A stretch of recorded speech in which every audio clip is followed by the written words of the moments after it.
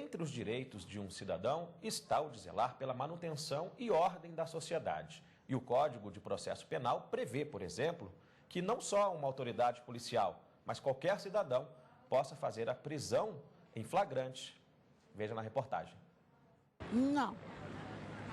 Não. Normalmente eu ligo para a polícia. Se eu vejo alguma coisa errada, eu ligo para a polícia.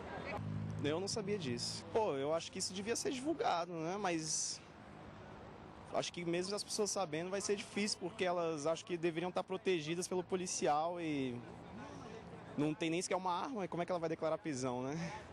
Não, sabia não. O que você acha disso? Eu acho que só quem pode dar voz de prisão é a polícia, né? Que é a autoridade, né? Eu acho que isso é errado. Porque para fazer isso a pessoa tem que ter conhecimento da situação, né? Aí não adianta chegar sem saber de nada, né? Poucos sabem disso e os que sabem, na maioria das vezes, cometem abusos e não sabem como aplicar essa permissão legal. Muitos são sabedores do permissivo legal que garante a qualquer do povo poderes para acessar uma ação criminosa, e isso acaba acontecendo. Muitas vezes o que ocorre é que essas situações de cerceamento de liberdade acabam ocorrendo não durante o momento flagrancial da prática delitiva, e isso vem trazendo um certo transtorno ao bom andamento do trabalho policial. Luiz Felipe foi advogado de seu próprio funcionário. Um homem confundiu o motorista com um estelionatário e deu voz de prisão. Com certeza houve um abuso por parte do réu da ação de indenização.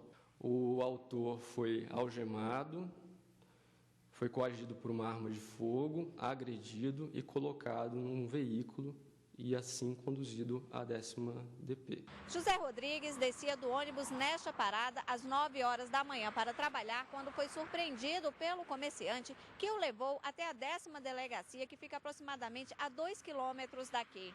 Lá, o réu acusou o motorista por estelionato, mas não conseguiu provar. Por causa do constrangimento, José Rodrigues procurou a justiça. No processo, o homem nega que tenha usado arma de fogo e a força para conduzir o motorista até a delegacia. O Tribunal de Justiça do Distrito Federal e Territórios condenou o réu ao pagamento de indenização de R$15 mil ao motorista pela exposição constrangedora e pelo dano ao direito da personalidade do autor da ação. Felipe, que acompanhou todo o caso de perto, afirma que o seu funcionário sofreu com as falsas acusações. Muito abalado, porque ele nunca via a pessoa normal do povo, não costuma ter que ir à delegacia, e ainda mais ficar preso, porque ele não foi colocado numa cela, mas ele ficou preso, né?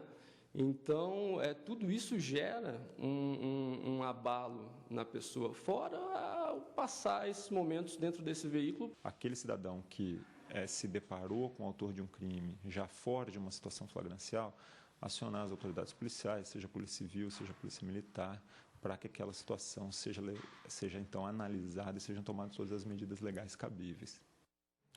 O Jornal da Justiça continua falando mais desse assunto polêmico e a gente recebe aqui na bancada o Dr. Rogério Greco, procurador de Justiça de Minas Gerais, que atendeu ao nosso chamado, nosso convite. Obrigado pela participação aqui no Jornal da Justiça.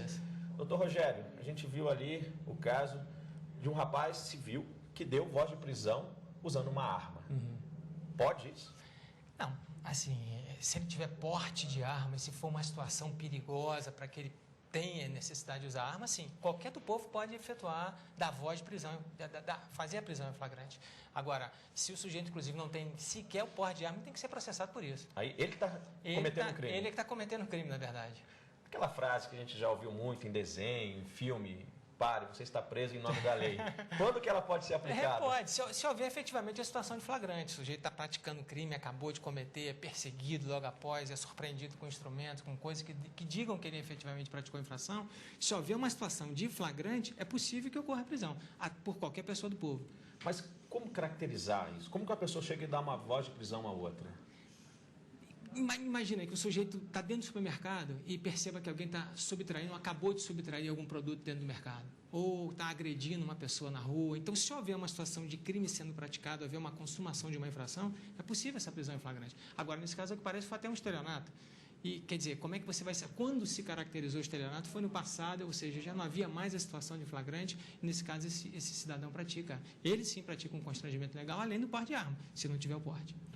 Se a pessoa só tiver ali o olhar, né, testemunhar um crime em flagrante e não tiver nenhuma prova. Na verdade, o que o Código de Processo Penal diz que qualquer do povo poderá e as autoridades deverão. Então, é uma faculdade do cidadão, não é um dever dele.